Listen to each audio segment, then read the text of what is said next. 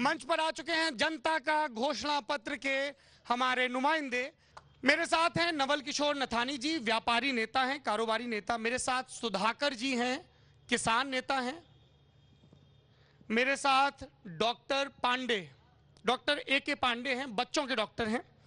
Professor N P. Bhokta education के professor हैं।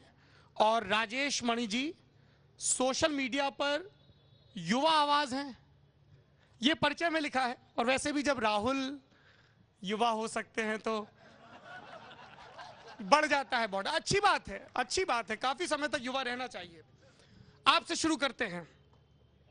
मुझे ये पता है और जनता को भी पता रहे कि आप एक राजनीतिक पार्टी से जुड़े हैं, सही बात है? जी सही बात है। लेकिन ये आप जनता के मंच पर हैं, पब्लिक सब जानती है, इसलिए थोड़ी देर के लिए अपनी राजनीतिक प्रतिबद्धता को किनारे रख के कारोबारियों के हक की बात करेंगे। ठीक बात है? ये बताइए कि राज किसी का भी आता है, व्यापारी कहता है हमें सताया जा रहा है। राज किसी का भी आता है, लोग कहते हैं कारोबार बढ़ाएंगे। राज किसी का भी आता है, जनता कहती है पक्का बिल ही नहीं दिया जाता है। राज किसी का भी आता है, चीजें वैसे ही चलती रहती हैं। क्या है कारोबारियों की दिक्कत? गोरखपुर के कारोबारियों की क्या दिक्कत है? कोई भी जो अगली सरकार आए उसको गोरखपुर के कारोबारियों के लिए क्या करना चाहिए, ये बताइए।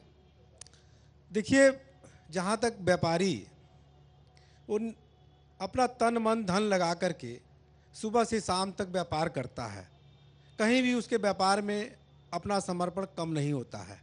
वो अपेक्षा करता है जो भी सरकार आवे वो इसके कम से कम हित की बात करे, उसके व्यापार में किसी भी प्रकार का जो ब्यूरोक्रेट्स अधिकारियों का जो उत्पीड़न है वह नहीं चाहता है कि हमें अधिकारियों का उत्पीड़न मिले। और सरकार से ये अपेक्षा भी करता है कि सरकार आई है तो अगर हम राजस्व देते हैं, प्रदेश के विकास में अगर हम कहीं सहयोग करते हैं तो निश्चित रूप से। मैं माफ कीजिए टोक रहा हूं, वैसे मेरी फितरत में नहीं है अतिथियों को टोकना। अपन कट टू कट बात करें, मुद्दे की बात करें। ये मंच पे हम लोग सर साल दर साल से सुनते रहे, जो व्यापारी एकता की बात करेगा। क्या बात एग्जैक्टली बताइए। जीएसटी पे बात हो रही है, सूबे की सरकारों ने बहुत सारे फैसले लिए। सरकार को क्या करना चाहिए? व्यापारियों का ध्यान रखना चाहिए, हमें ये पता है। करना क्या चाहिए एग्जैक्टली? और ये मैं इसलिए पूछ रहा हूं, मुझे सिद्धार्थ नगर का एक बिजली का मिस्त्री बता देता है कि बिजली के सुधार के लिए क्या करना चाहिए। मुझे हरदोई का एक रिक्शे वाला बता देता है कि ये केंद्र की और राज्य की जो योजनाएं हैं मुझ तक क्यों नहीं पहुंच रही हैं। इसलिए हमने कहा कि हम नेताओं ने हम उस जमात के पास जाए। आपको क्या दिक्कतें आती हैं वो बताइए सर। व्यापारियों को अधिकारियों से दिक्कत आती है। निश्चित रूप से जो भी सरकार आवे हम उससे अपील करेंगे कि वो अधिकारियों को इतना अंकुश लगावे कि व्यापारियों का उत्पीड़न करने की भी सपने में ना सोचे, क्योंकि अधिकारी अपने मासिक वेतन के अलावे जो ऊपरी आय पर ये लोग ध्यान देते हैं, इससे व्यापारी कहीं न कहीं पीड़ित होता है। लेकिन आप सही है तो फिर थोड़ा सा ठीक है सर। जो भी व्यापारी वर्ग से जुड़े हुए अधिकारी हैं उनकी बात। सुधाकर जी, भारत कृषि प्रधान देश है। भारत के बारे में छठी क्लास से जब हम निबंध लिखना शुरू करते हैं तो ये लाइन याद कर लेते हैं। भारत के हुक्मरान जब भी मंच पर जाते हैं, लोकसभा विधानसभा में जाते हैं, किसानों की बात करते हैं, मगर किसान तो बदहाल है। तो ये कहाँ अटकी कहाँ है बात सर? जब किसानों की बात सभी राजनीतिक दल करते हैं, गांव की ओर चलते हैं, आपने ठीक कहा 80% जनता कृषि पर निर्भर है। और देश की कृषि व्यवस्था में जो 18% कृषि का भी योगदान है उसके अर्थव्यवस्था में। सच तो यह है कि किसान अपने उपज का उचित मूल्य नहीं पाता है और असामयिक बारिश, ओला वृष्टि के मार से वह त्रस्त रहता है। निश्चित तौर पर एक किसान आयोग गठित करना नितांत आवश्यक है। सुधाकर जी, अभी चूंकि विधानसभा के चुनाव हैं, राज्य के स्तर पर खास तौर पे गन्ना किसान के लिए अभी यहाँ पर बताया गया कि गन्ना शोध संस्थान की जमीन दे दी गई एम्स को। गन्ना किसानों के लिए क्या करना चाहिए सरकार को? क्योंकि हर बार हम लोग चुनावी इश्तेहार में देखते हैं गन्ना किसानों की बातें होती है, फिर 5 साल बाद सुनते हैं। देखिए, जहाँ हम हैं गोरखपुर बस्ती मंडल में 25 चीनी मिलें थीं, 17 चीनी मिलें बंद हो गई हैं और लगभग 1990 के बाद से लगातार बंद होती आ रही हैं। पूर्व में भी बंद रहीं। अंग्रेज़ों के समय में 1910 से लगाए 1930 तक यहाँ चीनी मिलें चलीं। चीनी मिल कभी घाटे में नहीं जाती है, लेकिन ये बताया जाता है कि चीनी मिल घाटे में चली गई। ये ब्यूरोक्रेट और डेमोक्रेट के बीच में समझौता के नाते ऐसा हुआ। आज गन्ने का जो मूल्य ठीक आधे दशक पूर्व 350 प्रति क्विंटल तय हुआ था, लेकिन वह वादा का वादा रह गया। किसान के जो भी उचित फसल का वो सीधे खाते में जाएगा, ऐसा भी नहीं हुआ। जहां किसान का क्रय केंद्र खरीदारी होती है, वह उचित व्यवस्था न होने के नाते किसान वहां जब जाता है तो तालाबंद मिलता है।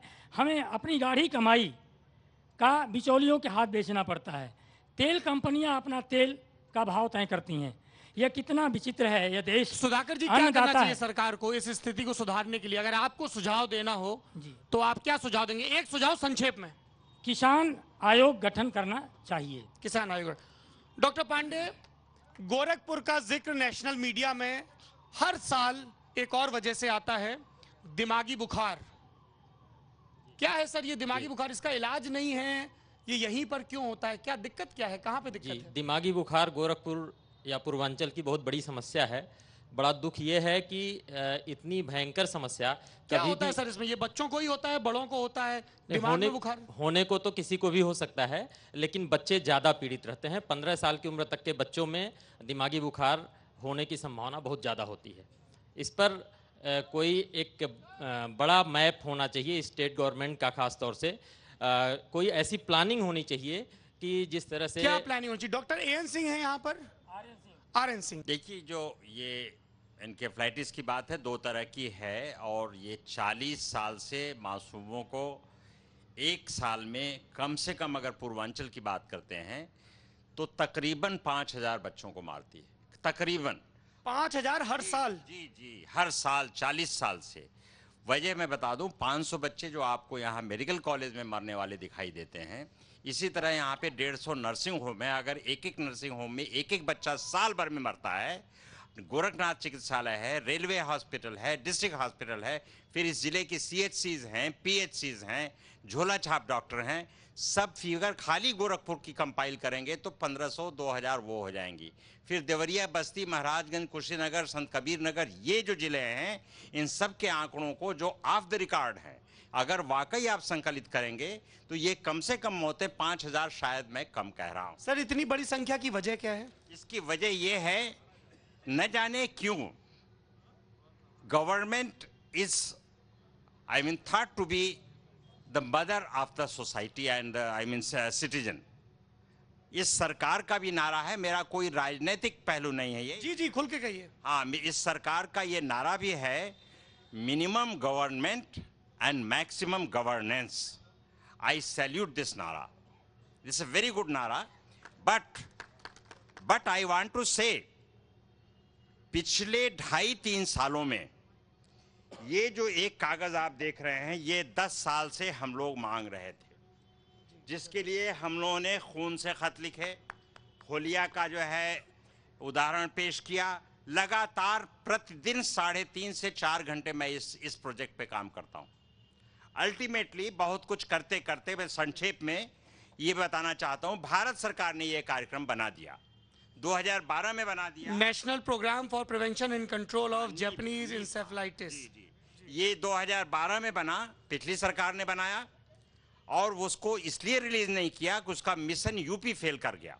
बहुत अच्छी सरकार थी, ये भी बहुत अच्छी सरकार है, मेरे सरकारों से कुछ लेना देना नहीं है। बस मैं ये जानता हूं, चूंकि हम जनता हैं, इसलिए हम लोगों ने ये जनता का घोषणा पत्र भी जारी कर दिया है। ये मेरा ख्याल है कि गंगा को, राजनीतिक गंगा को सीधी दिशा में बहाने का एक नाकाम कह सकते हैं या कामयाब प्रयास। सर कतई नाकामयाब नहीं होगा डॉक्टर सिंह, जब तक हमारे जैसे नौजवान हैं, आपके जैसे बुजुर्ग हैं, कैसे नाकामयाब हो सकता है? आप इतनी उम्र होने के बावजूद अपनी लड़ाई लड़ रहे हैं, और ये आपकी व्यक्तिगत लड़ाई नहीं है, ये गोरखपुर की, इस पूरे अंचल पूर्वांचल की लड़ाई है। क्या है डॉक्टर सिंह का घोषणा पत्र? 2014 में ही बना हुआ national programme for prevention and control of encephalitis तत्काल लागू हो, प्रिवेंशन का काम जनवरी फरवरी से शुरू हो, तभी सकारात्मक नतीजे आएंगे। केंद्र व प्रदेश दोनों सरकारें, जैसे एक ने एम्स का ऐलान किया और दूसरे ने जमीन दी, दोनों सरकारें मिलकर काम करें। सर, जब बच्चों की मौत आती है तो वो ये नहीं देखते हैं कि उनके मम्मी पापा ने कहां बटन दबाया था, ठीक है ना? तो ये पूरे सबकी दिक्कत है। और मौतों का सरकारी आंकड़ा, इसमें भी on the record of the record. एक बुजुर्ग यहां कह रहे हैं 5000 बच्चे इस अंचल के मर जाते हैं। मेरे ख्याल से तो ये सबसे बड़ा चुनावी मुद्दा होना चाहिए साहब। कितने बड़े बड़े काबिल डॉक्टर, वकील क्या क्या नहीं निकल सकते हैं, नहीं लेते हैं, क्या नहीं लेते हैं? उनको बच्चों की कोई फिक्र नहीं है। यहाँ पे गोरखपुर अगर सबसे बड़ा रेलवे स्टेशन है तो यहीं पे गोरखपुर के सबसे ज्यादा बच्चे भीख मांगते हैं, बाल भिक्षावृत्ति यहीं पे पनपती है। गोरखपुर का सबसे बड़ा रेलवे स्टेशन, गोरखपुर के रेलवे स्टेशन में सबसे ज्यादा बच्चे। प्रोफेसर भोक्ता, आप एजुकेशन डिपार्टमेंट में हैं, तो एजुकेशन, वो भी एजुकेशन की एजुकेशन। गोरखपुर में हम आए और मुझे लगा कि गोरखपुर हब है एजुकेशन का। फिर बताया गया कि हब तो है, लेकिन हम लोग जब शहर में भी घूमे, अभी हमने यहां पर भी देखा शिक्षा का। सर, मैं व्यक्तिगत तौर पे एक पैमाना ये भी मानता हूं कि शिक्षा एक ऐसे समाज का निर्माण करती है जो भयमुक्त हो, अपनी बात कह सके और जहां पर लैंगिक समानता भी हो। लेकिन माफ कीजिएगा गोरखपुर वालों, मुझे लैंगिक समानता के मसले पर बहुत काम किए जाने की जरूरत लग रही है। आपके हिसाब से, आप विद्यार्थियों को पढ़ाते हैं, एजुकेशन पढ़ाते हैं, गोरखपुर के शिक्षा के स्तर को ऊपर करने के लिए सरकारों को क्या कदम उठाने चाहिए? क्योंकि सर, हम जहां भी जाते हैं वहां पे प्राइवेट कॉलेज तो मशरूम की तरह खुले हुए हैं और सरकारी जिनसे पढ़ के हम आप निकले हैं वो लगातार संसाधनों के अभाव का रोना रो रहे हैं। बहुत अच्छा सवाल आपका है। भोजन, वस्त्र, आवास, चिकित्सा और शिक्षा, ये 5 किसी भी जन कल्याणकारी राज्य का कर्तव्य है कि वो जनता को उपलब्ध कराए। उत्तर प्रदेश ही शिक्षा के क्षेत्र में पिछड़ा हुआ है और पूर्वांचल उत्तर प्रदेश में भी सबसे पिछड़ा हुआ क्षेत्र है। ये बड़ी दुर्भाग्यपूर्ण स्थिति है। ये कबीर और गोरखनाथ की भूमि यहाँ पर शिक्षा कहिए बिल्कुल करा रही है। एक कारण तो आपने बताया ही, मैं थोड़ा सा एक बात आपकी बढ़ाऊं। राष्ट्रीय शिक्षा नीति बनती है, उसमें यह लिखा हुआ है, ये बात 1968 से चल रही है और पार्लियामेंट इसको पास करता है राष्ट्रीय शिक्षा नीति को।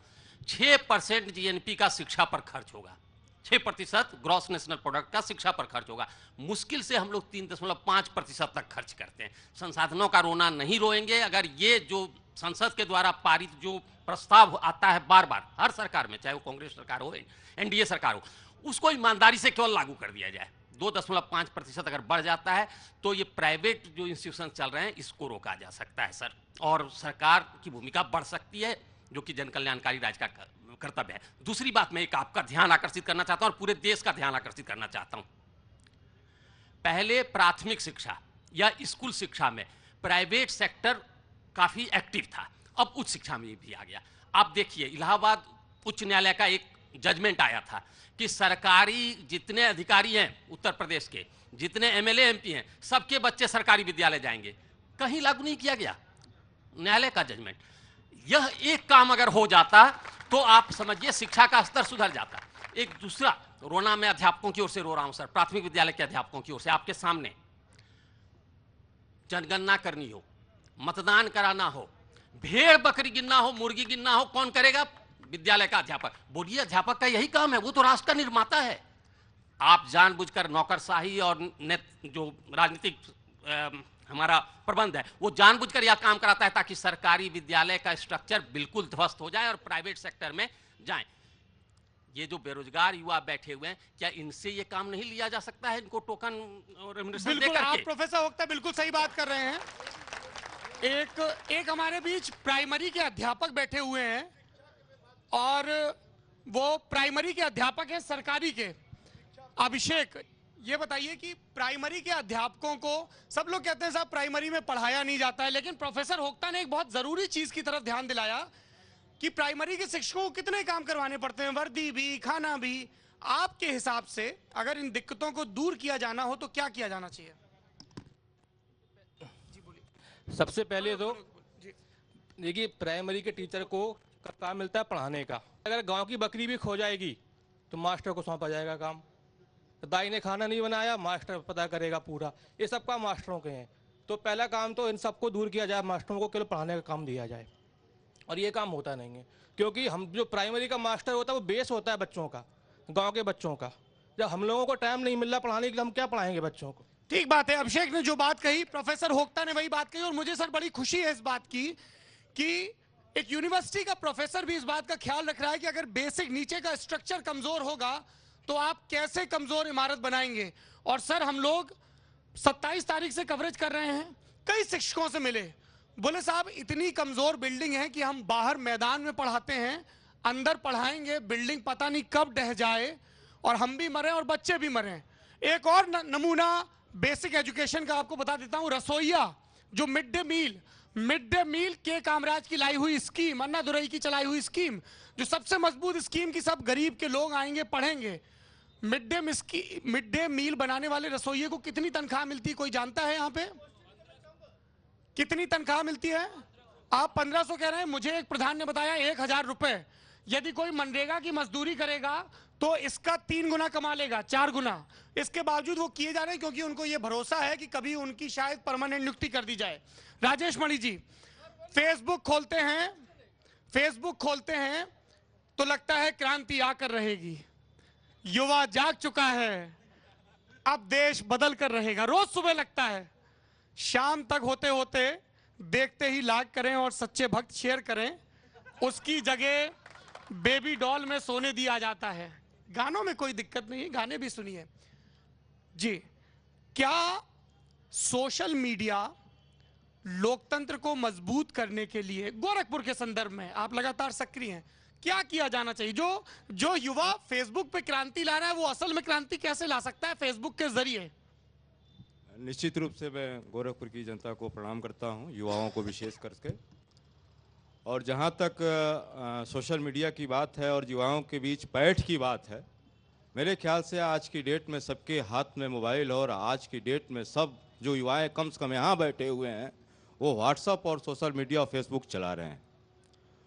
और सौरभ जी, निश्चित रूप से मुझे उदाहरण देने में भी कहीं कोताही नहीं है कि गोरखपुर में कम से कम ऐसे 20 से 25 ग्रुप रन कर रहे हैं जिससे सारे युवा, सारे पत्रकार, सोशल एक्टिविस्ट और जो प्रबुद्ध वर्ग हैं वो जुटे हुए हैं। और आप किसी भी ऐसे मुद्दे को उठाने की बात की जाए, मैं छोटी सी बात एक उदाहरण देता हूं कि एक इंसेफ्लाइटिस को लेकर के डॉक्टर साहब निश्चित रूप से बड़ा अच्छा अभियान चला रहे हैं शुरू से, कि अगर उन्हें एक मोमबत्ती भी उन मासूम बच्चों के नाम पे जलाना होता है, धीरेन्द्र जी भी यहाँ पे बैठे हुए हैं, तो सोशल मीडिया के मैसेज जाता है कि फला तारीख को फला बजे 5 बजे पे इंदिरा गांधी चौक पे ये चलाया जाएगा, और सारे हमारे युवा वर्ग वहाँ पे जुटते हैं, जिसमें सोशल मीडिया का बहुत बड़ा योगदान है। और निश्चित रूप से इसको बदला जा सकता है, बदल रहा है। जो सौरभ जी आप कह रहे हैं कि बदलेगा, वो बदल रहा है। समय की कमी, ये बता दीजिए कि जो फेसबुक पे ये सारे ग्रुप्स हैं, इनके हिसाब से गोरखपुर के लिए सरकार को क्या करना चाहिए संक्षेप में? सरकार को निश्चित रूप से यहाँ पे वाईफाई की सुविधा देनी चाहिए, वाईफाई देना चाहिए। हम लोग लखनऊ में बैठे तो वहां पर भी बहुत सारे नौजवान मिले, हमें लगा कि अच्छी चाय की वजह से आए होंगे, लेकिन उन्होंने बताया नहीं, यहाँ पे वाईफाई है, फ्री वाईफाई है, इसलिए आए हैं। दिल्ली में भी एक सरकार वाईफाई का नारा देकर आई है, समय की कमी है, इसलिए हम यहाँ पर अपनी बात रोकेंगे। सियासत है, दावे हैं, आपका क्या दावा है, आपका क्या बयान है, बताइए हमें कमेंट बॉक्स में। DLLantop.com को कौन से गांव, कौन से दरवाजे पर जाना चाहिए विकास की हकीकत जानने के लिए, ये भी बताइए। और खबरों के लिए, देसी रॉ अनसेंसर्ड खबरों के लिए बने रहिए लगातार हमारे साथ। बहुत शुक्रिया आप सभी का, बहुत शुक्रिया गोरखपुर की जनता का। मुझे पूरा भरोसा है कि गोरखपुर फेसबुक की क्रांति की तरह जाग चुका है, और गोरखपुर अब ऐसे लोगों को चुनेगा जो उनके मत का ख्याल रखेंगे, उनके मत की भावना की कद्र करेंगे। आप सब लोगों का बहुत बहुत शुक्रिया, धन्यवाद।